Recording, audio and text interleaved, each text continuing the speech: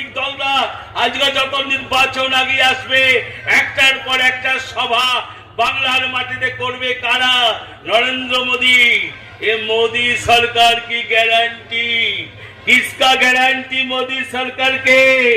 বছরে 2 কোটি বেকারের চাকরি দেব না, এটা আমার গ্যারান্টি।